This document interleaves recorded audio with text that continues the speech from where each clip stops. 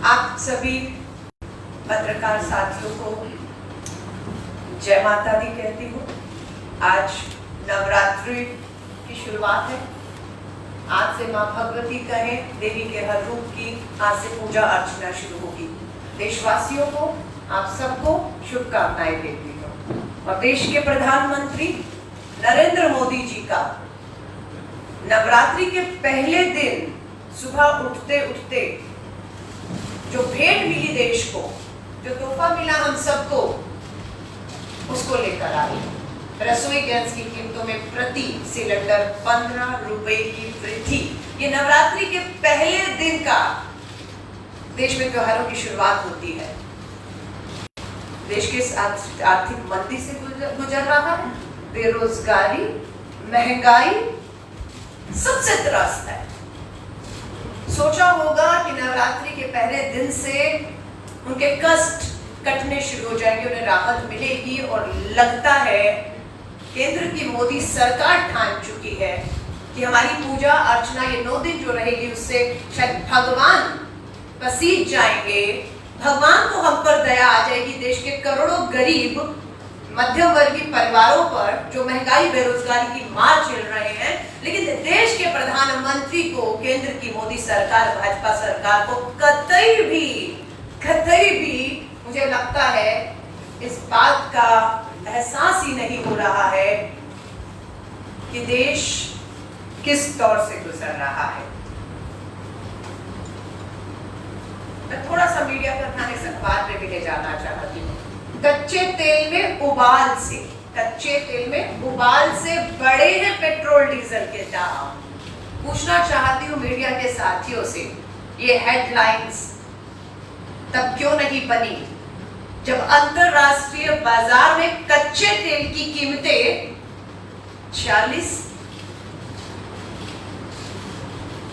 140 तो हमारे समय पर थी। ये हेडलाइन जब इसी मोदी सरकार में कच्चे तेल की कीमतें 40 भी थी, $40 प्रति बैरल भी थी, तब क्यों नहीं सवाल पूछा कि कच्चे तेल की कीमतों में उबाल नहीं, बिल्कुल नीचे है, तब भी हमारे देश में पेट्रोल डीजल के दाम ऊपर क्यों थे? ये सवाल क्यों नहीं मीडिया पूछता? मैं पूछना चाहती हूँ। मैं आपके सामने फिर वही आंकड़े रख रही हूँ। 24 सितंबर 2021 से अब तक 9 बार पेट्रोल डीजल के दाम बढ़े हैं। 9 बार। सितंबर, पुरानी बात नहीं है। आज की बात कर रही हूं पेट्रोलियम प्लानिंग एंड एनालिसिस का 7 अक्टूबर का। अभी वेबसाइट खोलिए, 7 अक्टूबर सुबह जब मैं आपसे बात कर रही हूं, आज भारत की राजधानी दिल्ली में पेट्रोल की कीमत 103 रुपए 24 पैसे, 103 रुपए 24 पैसे। और 7 दिन से हम देख रहे हैं, 27 सितंबर से 7 अक्टूबर तक लगातार दाम रोजाना बढ़ाए हैं, रोजाना।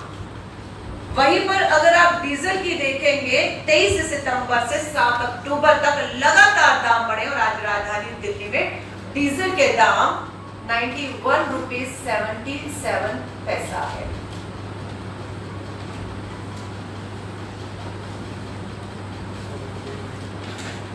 फिर आप सबसे निवेदन करूंगी हाथ जोड़कर, खोलिए website petroleum planning and analysis cell का 7 अक्टूबर का सुबह से उठते सबसे पहला काम ये किया।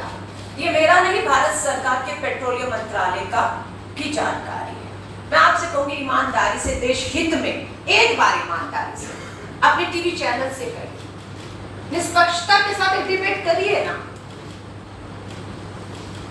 बुलाइए कांग्रेस के, हमारे पूर्व जितने भी मंत्री रहे हैं, हमारे फाइनेंस मिनिस्टर रहे हैं, और बिठाते हैं निर्मला सीतारमण जी को। हमारे पेट्रोलियम मिनिस्टर जो भी रहे हैं, और आप प्याज के बिठाइए ना, श्वेत पत्र लेकर आइए, चर्चा खुलकर करते हैं, डिबेट करते हैं कि किसके समय पर अंतरराष्ट्रीय बाजार में कीमतें क्या थी और देश में क्या कीमतें करिए ना। हम चुनौती दे रहे हैं, हम तैयार हैं, आप तैयार क्यों नहीं है, हम पूछना चाहते हैं।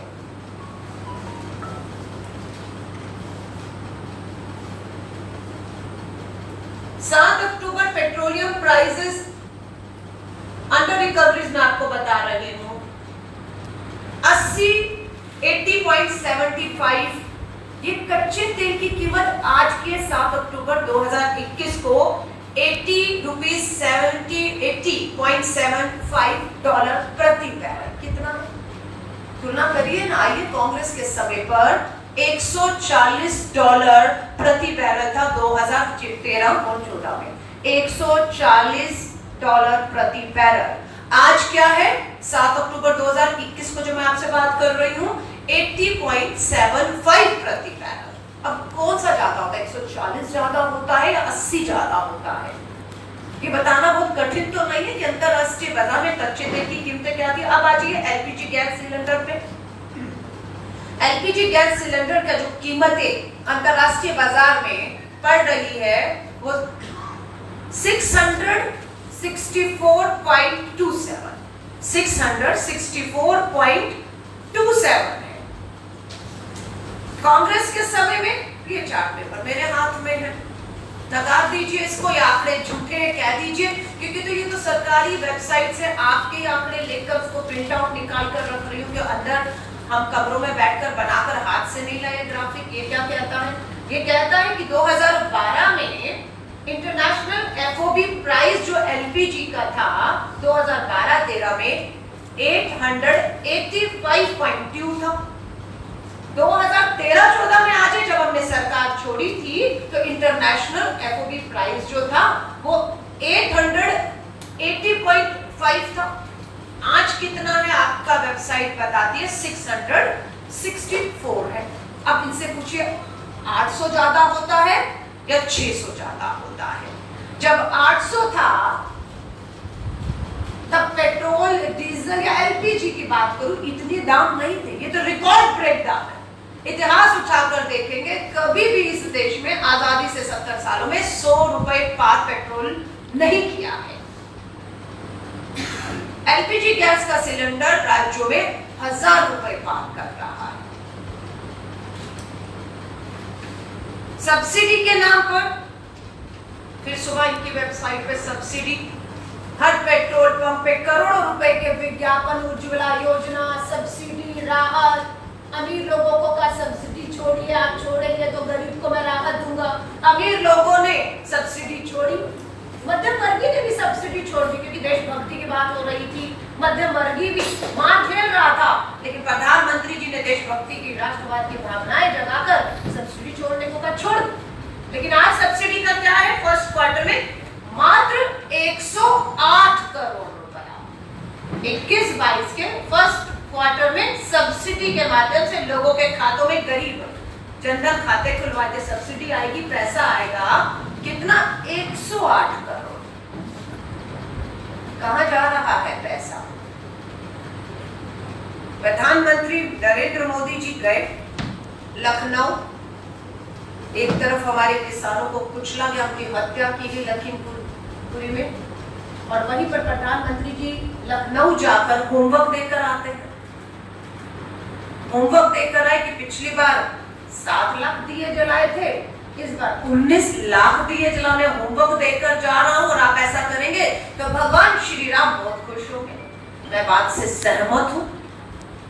19 लाख नहीं 29 लाख दिए जलने चाहिए, लेकिन प्रधानमंत्री जी को याद दिलाना चाहते हैं ये 19 लाख 18 लाख 80 लाख जितने भी होमवर्क देंगे करने को सब तैयार है, पर ये दिए पानी से जलेंगे या तेल से जलेंगे ये बता दीजिए।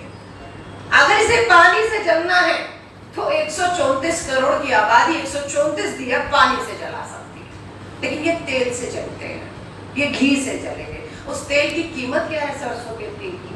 1 लीटर 200 से ऊपर पहुंच चुका है। ये भद्दा मजाक नहीं उड़ाया जा रहा प्रधानमंत्री जी द्वारा उस गरीब मध्यम वर्गियों का, जिन्हें आप होमवर्क देकर लखनऊ में हर चीज को एक इवेंट बनाकर दिल्ली लौट आते हैं।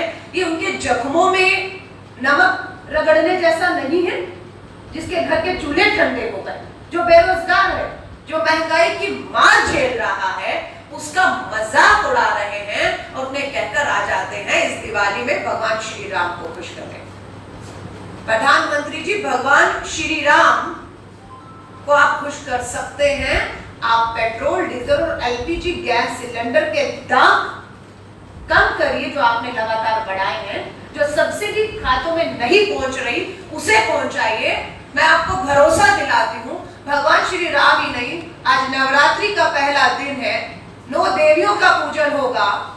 जो 9 दिन आपने दाम बढ़ाए हैं, अगले 9 दिन में हर नवरात्रि में एक दिन उस दाम को कम करेंगे तो हमारी ये 9 देवियां भी आपसे बहुत प्रसन्न होंगी और देश में जो कष्ट है वो जरूर कटेगा, ये मेरा विश्वास है। इसीलिए आज उसी आस्था और विश्वास के साथ नवरात्रि के जो पूजा है, तौर है, तरीके हैं, ये कष्ट टले, इसलिए आज जो है हम अपने आस्था कहें, हमारे त्योहार करें, हमारे धार्मिक तौर तरीकों से अपनी बात को रखने का हम प्रयास कर रहे हैं। मैं आप सभी साथियों को कहूँ, इससे पहले ये पहली प्रेस वार्ता नहीं है। 18 अगस्त को यहीं पर बैठकर महंगाई पर बात की थी, लेकिन जब प्रेस कॉन्फ्रेंस खत्म हुई तो पता लगा फिर पेट्रोल के दाम, डीजल के दाम बढ़ गए हैं। इस प्रेस वार्ता से केंद्र की मोदी सरकार को कोई फर्क नहीं पड़ता है। मुझे ऐसा लगता है फर्क पड़ता क्यों नहीं है, क्योंकि उसे पता है जितनी मर्जी हम प्रेस कॉन्फ्रेंस कर लें, जितना मर्जी हम दिल्ली देश के जनता के मुद्दों को उठा दें, माफी चाहूंगी, मीडिया में नहीं आएगा। मीडिया में अगर आएगा तो ये आएगा कि कच्चे तेल की वजह से हो रहा है सब कुछ। ये नहीं बता रहे पूरी खबर में कि कच्चे तेल की कीमतों के बाद अगर आप बात करेंगे कच्चे तेल के बाद जिसकी कीमत 80.75 प्रति डॉलर है, उसके मुताबिक देश में पेट्रोल की कीमत 41 रुपए है। बाकी सारा क्या है, 103 रुपए का पेट्रोल बिक रहा है, लेकिन एक्चुअल प्राइस जो है वो 41 रुपए है। तो बाकी क्या है, ये टैक्स है। ये टैक्स है, ये नहीं बताया इसमें, ये किसी अखबार में नहीं बताया हुआ। अंतरराष्ट्रीय बाजार में कीमत बढ़ गई, किस लिए? जब कीमत घटी तब का दाम घटाए? नहीं घटाए। क्यों नहीं घटाए? पूछने का हिम्मत नहीं दिखा पा रहे और आज भी नहीं दिखा पा रहे हैं कि टैक्स कितना है। कीमत बढ़ी, आज 80 रुपए बहुत ज्यादा है, $140 प्रति बैरल ज्यादा नहीं था, 80 ज्यादा। 80 अगर ज्यादा है तो उसमें 41 रुपए का पेट्रोल 103 का मिल रहा है, ये टैक्स है। 24 लाख करोड़ आपने पिछले 7 साल में कमाया है। हम बार हर प्रेस कॉन्फ्रेंस में, क्योंकि आंकड़े बदलते नहीं है, हालात भी नहीं बदल रहे, 24 लाख करोड़ आपने कमाया और हमें तो ये कहा गया कि मुफ्त वैक्सीन के लिए लगाई जा रही है। फिर पता लगा ये 24 लाख करोड़ से में वैक्सीन लगी, फिर काय का मुफ्त का वैक्सीन, काय का धन्यवाद मोदी, ये तो हमारी ही एक जेब से आपने निकाल कर हमें टीका लगा दिया या चूना लगा दिया, मैं कहूंगी। तो आप सभी साथियों से मैं हाथ जोड़कर कहूंगी, कुछ मीडिया वालों के ट्वीट आए, कंपनियों ने दाम बढ़ाए हैं, सरकार का तो कोई हाथ ही नहीं उसमें। प्रधानमंत्री मोदी जी के जब होर्डिंग लग रहे थे पूरे देश में, चुनाव प्रचार प्रसार और वोट मांगे जा रहे थे, क्या नारा था? बहुत हुई महंगाई की मार, अब की बार मोदी सरकार। और अगर ये दाम कंपनियां, निजी कंपनियां बढ़ा रही हैं और उन्हें कम करना है तो फिर नारा बदल दीजिए, बहुत हुई महंगाई की मार, अब की बार पूंजीपति मित्रों की खुलकर सरकार। जब वही दाम बढ़ा रहे हैं, वही कम कर रहे हैं, तो आपको सरकार में लाकर ये नारा तो फिर बदल जाना चाहिए, पूंजीपति मित्रों को बैठा दे। तो अगले पोस्टर में मोदी जी अपना फोटो हटा दीजिए, जो तेल कंपनियों के मालिक हैं उनकी फोटो लगा दीजिए ताकि ये धोखा ना हो। अब हम उनसे मांग करेंगे कि जब बढ़ा आप रहे हैं, कम आपने करने और महंगाई की मार आपकी वजह से है, तो मोदी सरकार के नारों पर टैक्स लगातार बढ़ रहा है, सब्सिडी पूरी तरह से खत्म की जा रही है, मार लगातार बढ़ती कीमतों की लोगों को पड़ रही है। मैं आप पत्रकार साथियों से हाथ जोड़कर कहूंगी, दिल्ली में जब बैठते तो ये सोचकर बैठते कि हम दिल्ली देश के मीडिया से बात कर रहे हैं और ये बात हर राज्य के, हर राजधानी के, हर जिला तक विपक्ष की आवाज देश के लोगों के लिए उठ रही है, वो पहुंचेगी, वहां से सत्ता के काबू तक पहुंचेगी। लेकिन हम मजबूर हुए। कल मैं हरियाणा के चंडीगढ़ में प्रेस कॉन्फ्रेंस करके आई, इससे पहले शिमला, हिमाचल के शिमला में गई, अब मैं पंजाब जा रही हूँ। हमारे राष्ट्रीय प्रवक्ता देश की राजधानियों में, जिलों में प्रेस कॉन्फ्रेंस करने को मजबूर है। क्यों मजबूर शब्द यूज करें? क्यों?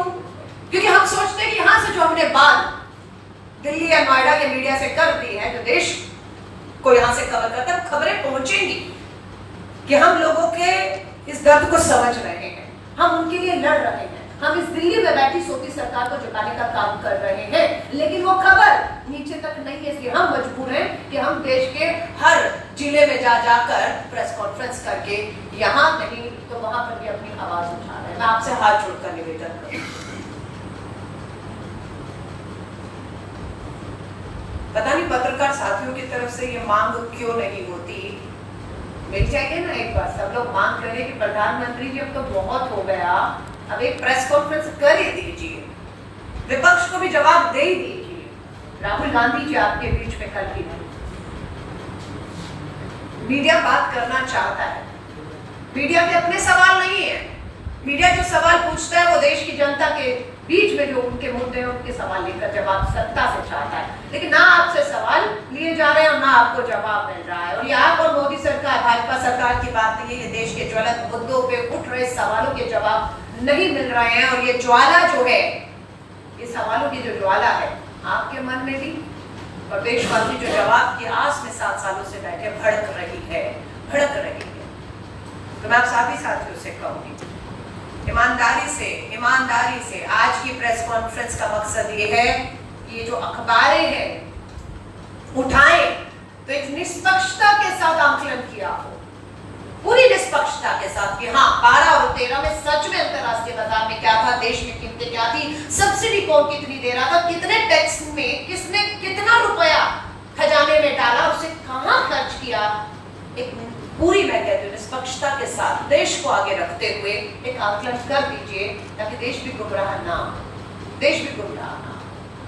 और जो मोदी जी कहकर आए दिए जले, वो दिए जल पाए, ये हम भी चाहते हैं आप सभी से। धन्यवाद। अलका जी, आपने तमाम मांगे रख दी हैं। ये जो स्टेज पर सिलेंडर, फूल, अगरबत्ती, इससे क्या आप लोग संदेश देना चाह रहे हैं? देखिए, मैंने आपसे जैसे कहा, आज से नवरात्रि शुरू है, आज से लोग पूजा पाठ और पूरी तरह त्योहार की तरफ बढ़ते हैं, अपने कष्ट कटे, उनके जो दुख हैं, परेशानियां हैं वो कटे। तो ये सबसे बड़ा दुख और परेशानी लेकर आया है, नवरात्रि का पहला दिन है और आज ये कष्ट कटने हैं, आप समझ रहे हैं। तो आज जो नवरात्रि का तौर तरीका है, जो प्रधानमंत्री जी होमवर्क देकर आए, श्री राम भगवान खुश होंगे, 19 लाख दिए जले, वो पानी से नहीं जलेंगे। तो अगर वो उस तरीके से बात करते हैं तो हम भी उन्हीं के तौर तरीकों से उन्हें समझाने की कोशिश कर रहे हैं कि ये जो कष्ट है, उम्मीद करते हैं 9 दिन की जो नवरात्रि है, उस 9 दिन में आज उम्मीद थी 15 रुपए कम हुए वाली खबर होती तो हम कहते कि पहले नवरात्रि में हमारी पूजा, हमारी आस्था, जो शायद जिस सरकार में भी कुछ लोगों की है, वो हमारी मनोकामनाएं पूरी हो गई, 15 रुपए कम हो गए। दूसरी नवरात्रि में दूसरा कष्ट टलेगा, 15 रुपए और कम हो गए। तीसरी नवरात्रि तीसरा दिन, पर मिल क्या रहा है? पहली नवरात्रि पहला दिन 15 रुपए सिलेंडर के दाम बढ़ के पूरे देश में अगर आप देखेंगे 1000 रुपए तक पहुंच चुके हैं। तो ये कष्ट टालने के लिए हम पूरे 9 दिन नवरात्रि के केंद्र की मोदी सरकार से भी दुआ प्रार्थनाएं हाथ जोड़कर करेंगे कि इस देश के लोगों के कष्ट काटिए। वनम माँ दुर्गा हमारी जो भी है, ये दैत्य बनकर जो महंगाई हमारे सामने खड़ी है, हम यही कहेंगे, माँ भगवती इस महंगाई दैत्य जो हमारे सामने चुनौती दे रहा है बार, या इसको जो दैत्य को हमारे सामने बार खड़ा करने वाला है, बड़ा दैत्य है, उसका नाश करें इस देश के लिए। धन्यवाद। आपने लखनऊ की बात की, so Congress has tried its full force and dealing with those things. So इस पे अगर has it been महंगाई पेट्रोल डीजल ये 9 दिन तक ये कवायद चलेगी महंगाई के मुद्दे को, नवरात्रि के दिनों के अंदर लोगों को याद दिलाया जाए कि महंगाई सर, हम लोग पूरे 9 दिन याद दिलाना चाहते हैं। मैंने आपको कहा जैसे पिछली प्रेस कॉन्फ्रेंस हमने और सुप्रिया जी ने की थी, अगले दिन ही दाम बढ़ गए। आज ये 15 रुपए बढ़े हैं, आप समझ रहे हैं। और मुझे तो ये है कि इसे कम होना है। दूसरे नवरात्र में 15 आज का, 15 कल का 30 रुपया कम कर दीजिए। और हमें तो ये लग रही है सरकार जिस तरह से असंवेदनशील हो चुकी है, गरीब मध्यम वर्ग की कोई चिंता नहीं है, कोई बड़ी बात नहीं है। कल की अखबार में आप इसे 15 रुपए बढ़ते हुए भी देखें। हम सिर्फ देश के 130 करोड़, खासतौर से 130 करोड़ में जो 80 करोड़ गरीब हैं, जिन्हें सरकार दावा करती है हमारे अन्नदाताओं के दम पर 80 करोड़ लोगों को मुफ्त राशन दे रहे हैं, उसके लिए ये एलपीजी गैस सिलेंडर की कीमत जो है इसके चूल्हे को जलने नहीं देगी, तो आपका जो मुफ्त कच्चा राशन है ना, उसके पेट तक नहीं जा पा रहा है। तो हमारी तो उम्मीद है, हम रोज उम्मीद करते हैं कि ये 9 दिन यादगार दिन हो जाए। जो आपने पाप किए हैं, उन पापों को केंद्र की मोदी सरकार को कहने, जो पाप किया है, इनके दाम बढ़ा बढ़ाकर जो वार किया है गरीब मध्यम वर्गियों पर, आपके पास अपने पाप को धोने का, प्रायश्चित करने का, अपने कदमों को वापस लेने के ये समय है कि नवरात्रि के 9 दिन में आप पश्चाताप करें, अपने पापों को धोने का एक अच्छा है डुबकी लगाइए। इस 9 दिन में रोज रोज की 15 रुपए रोज डूबे और अपना जो है गैस के सिलेंडर के दाम कांग्रेस के समय पर कीमतें आपके पास है 410 रुपए। तो मुझे उम्मीद है 9 दिन में जरूर। हाँ जी,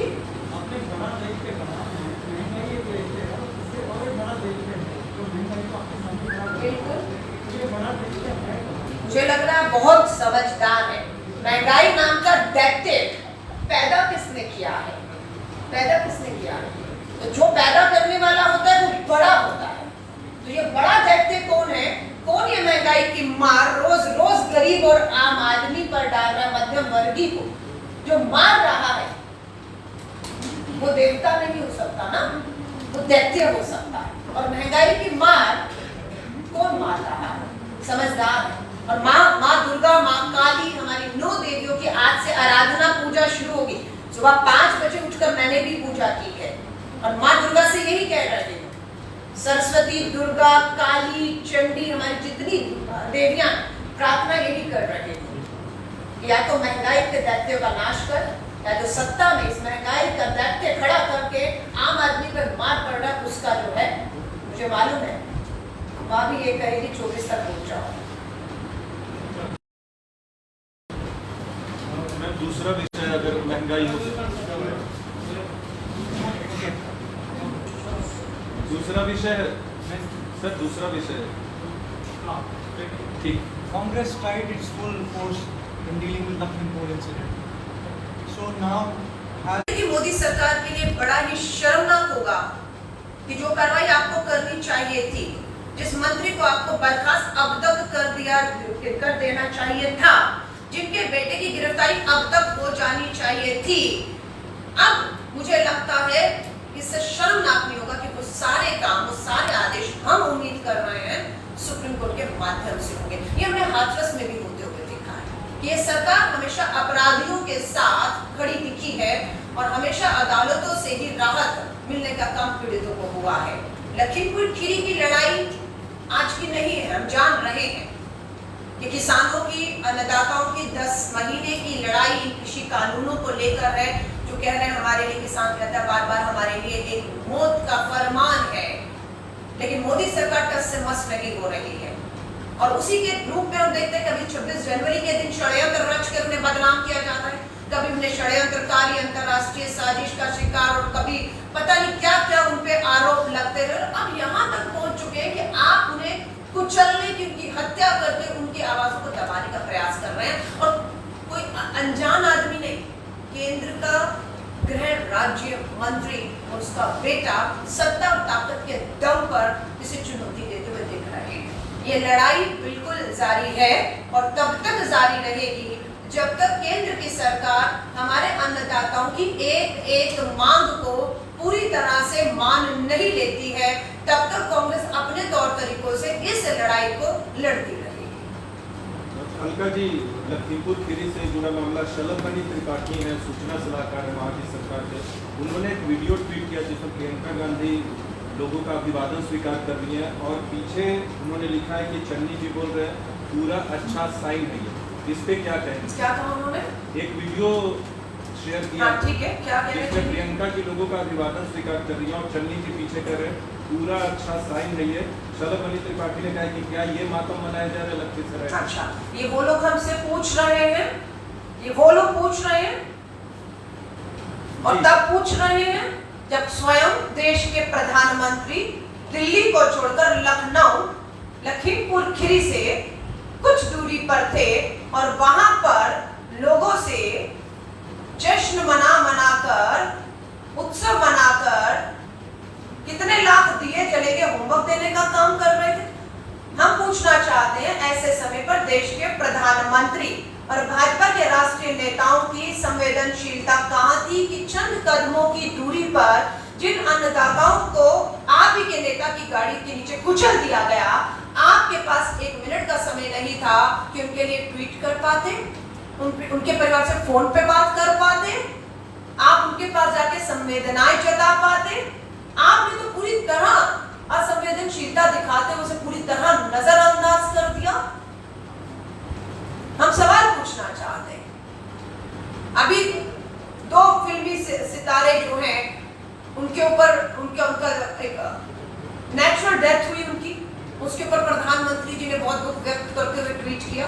कोई गलत नहीं है, बहुत अच्छा, ठीक है, संवेदनाएं होनी चाहिए, लेकिन ये संवेदनाएं तब कहां चली जाती हैं जब हमारी नाबालिग बेटियों के बलात्कारों के बाद हत्या होती है, जब हमारे अन्नदाताओं को आप ही के नेता गाड़ियों के नीचे कुचलने का प्रयास करते हैं, तब आपकी संवेदनाएं कहां जाती हैं? हम पूछना चाहते हैं। और बिल्कुल मैं कह रही हूं, हमारे पंजाब के मुख्यमंत्री ने क्या कहा, ये देश कह रहा है कि प्रियंका गांधी जी दिल्ली नहीं बैठी रही सूचना के बाद, उस घटना के बाद रात को ही उन्होंने कुछ घंटों के बीच में फैसला किया कि वो दिल्ली नहीं बैठेंगी, वो लखीमपुर खीरी किसान परिवारों के बीच में पहुंचकर उनकी उसे न्याय दिलाने की लड़ाई को आगे ले जाएंगी। और वो निकली गई और उसके बाद क्या हुआ ये सबके सामने है। मैंने नहीं कहा, सुप्रीम कोर्ट के पूर्व न्यायाधीश जस्टिस मदन लकुर जी ने कहा कि पूरी तरह से प्रियंका जी की गिरफ्तारी और इन्हें इस तरह से रखना पूरी तरह से गैर कानूनी है। ये गैर कानूनी काम खुद स्वयं सत्ता कर रही है, मुख्य दर्शक बनकर हम बैठे हुए। आपने ये सवाल ज्यादा महत्वपूर्ण नहीं है पंजाब के सीएम ने क्या कहा, लेकिन ये महत्वपूर्ण नहीं है। मुझे लगता था आपको ये भी पूछना चाहिए कि छत्तीसगढ़ की चुने हुए मुख्यमंत्री, संवैधानिक पद पे बैठे हुए मुख्यमंत्री को लखनऊ के एयरपोर्ट से बाहर नहीं निकलने दिया जाता है, उन्हें वहीं से वापस लौटा दिया जाता है। अगले दिन 2 मुख्यमंत्री और श्री राहुल गांधी जी पहुंचते हैं, उनको तब संघर्ष करना पड़ता है, मीडिया के माध्यम से एक लोगों तक आवाज पहुंची, दबाव बना, मजबूर होना पड़ा, घुटनों पर आना पड़ा सरकार को, तब इजाजत मिली। और सिर्फ कांग्रेस, हमारे नेता प्रियंका गांधी जी को बंदी बनाया गया, राहुल जी को, मुख्यमंत्री पंजाब और छत्तीसगढ़ को रोका गया। बाकी राजनीतिक दलों के नेता तो बिल्कुल वहां पर पहुंच के फोटो खिंचवा रहे थे। क्यों? क्योंकि कहीं ना कहीं वो राजनीतिक दल आपको लाभ देते हुए दिख रहे हैं, वो तस्वीरें आपको राजनीतिक लाभ 2022 के चुनावों में देखते हुए मिल रही है। इंटरनेट की सुविधाएं आपने बंद कर ली, ड्रोन से जासूसी की, वकीलों को प्रियंका गांधी जी से नहीं मिलने दिया। तो मैं पूछती हूँ, इस देश में बड़े सवाल क्या है? बड़े सवाल क्या है? बड़े सवाल वो जो देश में उठ रहे हैं, या बड़े सवाल वो है जो भाजपा के नेता पूछ लेते हैं और वो हेडलाइन बन जाते हैं और वो बड़ा सवाल हो जाता है? मुझे लगता है हमारे पत्रकार साथी अपने अनुभव के साथ इतनी बात समझते हैं कि बड़े सवाल इस देश के हैं क्या और कौन सा सवाल पूछना है, कौन सा नहीं पूछना। मैं मान सकती हूँ कहीं ना कहीं एक दबाव, मजबूरी है कि हेडलाइन यही बनेगी, सवाल पहले पन्ने पर यही पूछा जाएगा जो सत्ता विपक्ष से पूछ रहा है, मालूम है, पर कम से कम ये उम्मीद करते हैं कि दूसरे पन्ने पर जो देश के सवाल, देश के मुद्दे हैं, जो विपक्ष सत्ता से पूछ रहा है, जो जवाब वही से आए, उसे दूसरे पन्ने पर उसकी भी हेडलाइन, ताकि अखबार का पन्ना अगर हम पलटे हैं तो लगे कि कहीं ना कहीं चलिए दबाव है पर दूसरे पन्ने पर है, पर दूसरे पन्ने पर नहीं है, पूरी तरह से गायब है, पूरी तरह से वो गायब है। धन्यवाद। अल्का, एक सवाल है। या उत्तराखंड के जिम कॉर्बेट पार्क का नाम बदलने की बात कही जा रही है। केंद्र सरकार कह रही है कि रामगंगा नेशनल पार्क उसका नाम रख दिया जाए। देखिए, मैं तो फिर कह रही हूँ, मुझे तो लगता है मोदी जी का नाम बदल देना चाहिए। ये नाम जब से प्रधानमंत्री के पद पर बैठा है, इस देश का बुरा समय शुरू हो गया। ये नाम के अक्षर बदल दे, या नाम में होता ना अल्फाबेट को ज्यादा डाल लो, कम कर लो। मोदी जी को कहूंगी किसी आप एक्सपर्ट को अपने नाम के शब्दों का दिखाइए, क्योंकि ये नाम जो बदलना बेहद जरूरी है, क्योंकि इसका जो कहते हैं ना एक प्रकोप जो है, इस नाम की जो नेगेटिविटी है वो हमारे देश पर हावी होते हुए पिछले 7 साल से दिख रही है कि अर्थव्यवस्था चरमरा गई, बेरोजगारी, भुखमरी, कुपोषण, आप सरहदों पे आपको चुनौती मिल रही है, नशे का पूरा धंधा देश को बर्बाद कर रहा है, आप पूरी तरह से नाकाम हो रहे हैं। तो नरेंद्र मोदी जी नाम सड़कों के, जिम कॉर्बेट के, इसके उसके बदलने से अच्छा होगा एक तांत्रिक को बुलाकर अपना नाम बदल दीजिए, भला हो जाएगा। और 24 में तो हम बदल ही देंगे, पर 2 साल और भुगतना पड़ेगा, इसलिए वो खुद किसी के एक्सपर्ट ले ले। फीस की बात होगी, जनता उसमें कंट्रीब्यूट कर लेगी। राइजिंग प्राइसेस जो है फ्यूल के, उसको काउंटर करने के लिए कांग्रेस अभी क्या करेगी? Because till now they have been unable to deal with. देखिए हम क्या कर सकते थे, हमने किया। जब संसद का सत्र चल रहा था, राहुल जी विपक्ष को पूरा एकजुट करके साइकिल के माध्यम से पार्लियामेंट पहुंचे, किसानों के मुद्दे पर डीजल के दामों को लेकर कलेक्टर को भी पहुंचे, सड़कों पर आंदोलन, धरना, प्रदर्शन जो लोकतांत्रिक तौर तरीके हैं, बिना हिंसक हुए लगातार प्रदर्शन हुए, प्रोटेस्ट हुए, जो हमारे तरीके हैं, हमारे अधिकार है लोकतंत्र में। आप समझ रहे, प्रेस वार्ता के माध्यम से, आप के माध्यम से जनता को ये भरोसा दिलाया जा रहा है कि हताश निराश मत होइए। मालूम है आप बेरोजगारी, महंगाई की मार झेल रहे हैं, पर हम आपकी आवाज को सोती सरकार के कानों तक पहुंचा रहे हैं, क्योंकि आपको मालूम है वो हताश निराश आदमी देश का अपनी हिम्मत जब हारता है तो क्या होगा। आत्महत्याएं कर रहे हैं हमारे युवा, आत्महत्याएं कर रहे हैं, हताश निराश होकर नशे की लत में जा रहे हैं, और नशे की सप्लाई, हाथ में रोजगार रखने का वायदा था, हर हाथ में चिट्टा रखा जा रहा है। मैं गई हूँ अभी शिमला में, बिल्कुल जेपी नड्डा जी भाजपा के राष्ट्रीय अध्यक्ष उसी हिमाचल से आते हैं, अनुराग ठाकुर उसी हिमाचल से आते हैं। हिमाचल के अंदर मैं नहीं, हिमाचल की पुलिस, शिमला पुलिस ने मेरे वहां जाने से 3 दिन पहले बताया, प्रेस कॉन्फ्रेंस करके इस बात को कहा कि हमने 300 किलो हीरोइन पकड़ी है। ये शिमला पुलिस ने कहा है, और यही नहीं कहा, उन्होंने अपनी प्रेस विज्ञप्ति आप ढूंढिए, निकालिए, मिल जाएगा। शिमला पुलिस ने ये भी कहा, उन्हें ये भी पता है कि अफगानिस्तान, ईरान के माध्यम से गुजरात के बॉर्डर पे जो उतर रहा है नशा, वहां से आ रहा है, पुलिस ने कहा है, और वहां पर अफगान नागरिकों को पकड़ा भी है। आप समझ रहे हैं। और 2 नेता जो शिमला हिमाचल से दिल्ली में बैठे हैं, जिन्होंने वहां के युवाओं के हाथ में रोजगार रखने की बात कही थी, वो वहां पर उनकी हथेली पे चिट्टा और नशा रख रहे हैं, और यहाँ पर उनकी कोई जवाब दे नहीं है। वहां से सवाल पूछा था। मैं आपको कह रही हूँ, ये देश बारूद के ढेर पे खड़ा है। मैं इसलिए ये जिम्मेदारी से कह रही हूँ, ये देश बारूद के ढेर पे खड़ा है, क्योंकि आप और हम जानते हैं कि भारत को एक युवा देश कहा जाता है, क्योंकि इस देश की आबादी युवाओं की सबसे अधिक है, और वो युवा में 14 करोड़ युवा बेरोजगार है। उस बेरोजगार युवा के पास अभी भी हम लोगों ने कहा, अमेरिकन ई-कॉमर्स कंपनी के माध्यम से किन-किन के खातों में 8,540 करोड़ आया है। अंतरराष्ट्रीय बाहर से पैसा आ रहा है, बाहर से हीरोइन नशा आ रहा है, हमारा युवा बेरोजगार है। आप सोच लीजिए, अगर ये पैसा, ये नशा, तो आपकी जो ताकत है, इस देश का युवा ये बारूद के ढेर पे खड़े हैं, ये बर्बादी की ओर ले जा रहा है। सरकार को कोई फर्क नहीं पड़ रहा कहाँ से पैसा आ रहा है, किसके खातों में जा रहा है। अभी आपने जो मुंबई में हुआ, उसकी भी वीडियो आ गई है, किस तरह से भाजपा के 2 कार्यकर्ता, उन कार्यकर्ताओं की पहुंच देश के गृह मंत्री, प्रधानमंत्री तक तस्वीरें हैं। बॉडी लैंग्वेज देखिएगा।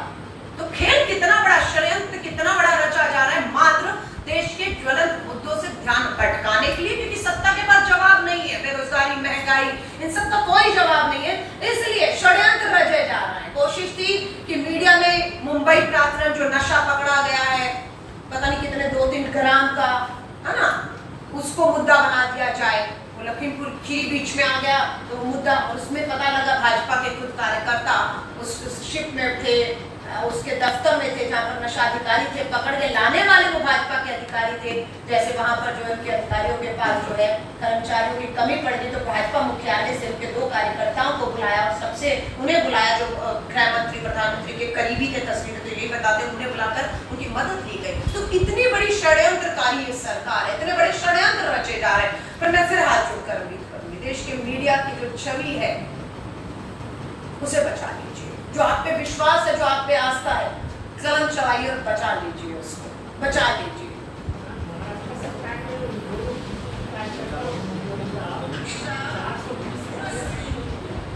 देखिए महाराष्ट्र सरकार क्या करेगी, कब करेगी, वो महाराष्ट्र सरकार से जरूर आप महाराष्ट्र में पूछिए, वहां के मीडिया जो बैठे पूछिए, जवाब वहां से आना चाहिए। पर हम ये कह रहे सारी उम्मीदें विपक्ष कांग्रेस की सरकार, वो जो विभाग है, वो विभाग क्या महाराष्ट्र सरकार के अधीन काम करता है? क्या उन्होंने कहा भाजपा के 2 कार्यकर्ता जो सबसे करीब हैं प्रधानमंत्री जी, गृह मंत्री, उनकी मदद लीजिए उन्हें पकड़ने में? किसकी संस्था है, किसके अधीन काम करती है, किसके आदेश पे काम करती है? क्या उनकी निष्पक्षता और पारदर्शिता इस पूरे प्राधिकरण में?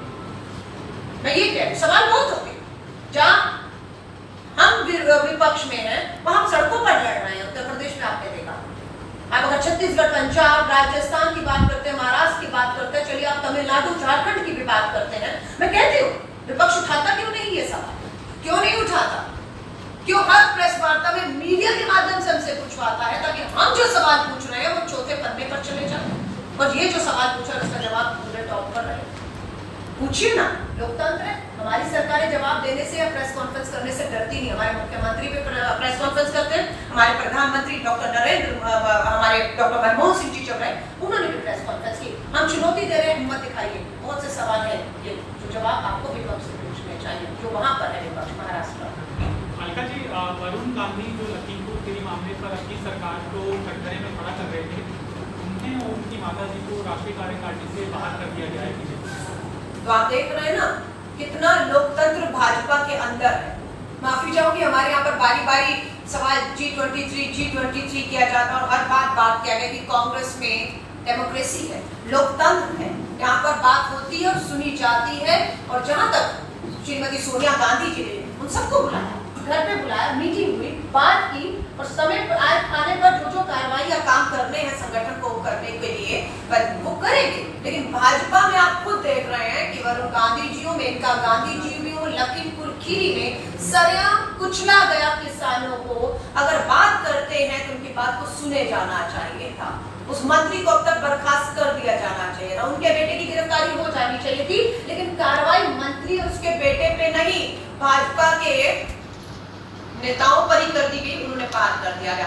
अब मैं सुझाव देना चाहती हूँ वरुण गांधी जी, थोड़ा भी आत्मसम्मान बचा है, और आप जो लड़ाई अब ट्विटर के माध्यम से ट्वीट किए किसानों के साथ हुए अन्याय, उनकी जिस तरह से निर्मम हत्या की गई, कुचला गया, अगर आप सच में उसको लेकर ईमानदार हैं तो निकल आइए भाजपा से बाहर और सड़कों में उस अन्नदाता के साथ उसका किसान का झंडा लेकर उसकी आवाज को बुलंद करिए। अगर सच में आपकी ईमानदारी है, अगर फिर आपको लगता है नहीं भाजपा आपको फिर सोच रही है कि अगले मंत्रिमंडल विस्तार में मंत्री बना ही देगी, इस आस में अगर आप बैठे हैं, तो मुझे लगता है कि आपकी गलती है, अब आपको फैसला ले लेना चाहिए। कांग्रेस में आने का निमंत्रण दे रही है?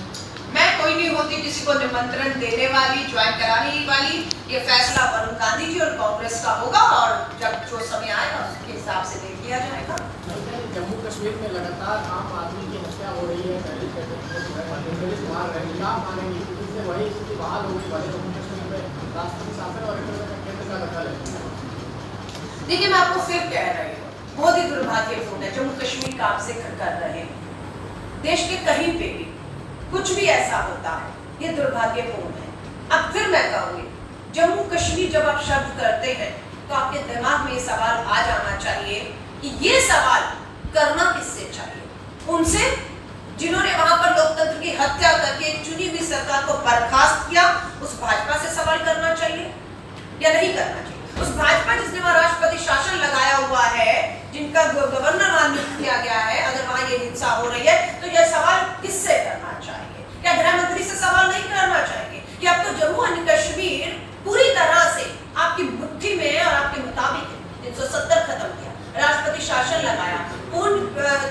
लोकतांत्रिक चुनी हुई सरकार को बर्खास्त कर दिया, वहां पर आपने इंटरनेट सुविधाएं बंद कर दी, लोगों को जिसने आवाज उठाई लोकतंत्र में उसे आपने बंदी बना दिया। और आज की सच्चाई और हालात ये है कि हमारे लद्दाख हो, जम्मू और कश्मीर हो, चाहे वो हमारे पड़ोसी दुश्मन देश हो, हमें लगातार चुनौती दे रहे और हमारे घर के अंदर भी हमारे देश के रक्षा मंत्री कहे, गृह मंत्री कहे, प्रधानमंत्री कहे, वहां का राज्यपाल कहे, वहां पर प्रेसिडेंट रूल लगने के बाद अगर ये सब होता है तो कटघरे में या सवाल विपक्ष से नहीं, सत्ता से पूछने की हिम्मत होनी चाहिए। और हिम्मत तब तक करनी चाहिए जब तक हमें जवाब नहीं मिल जाता है और वहां पर हिंसा पूरी तरह रुक नहीं जाती है और जिंदगियां वापस लोकतांत्रिक तरीकों से पटरी पर नहीं आ जाती है।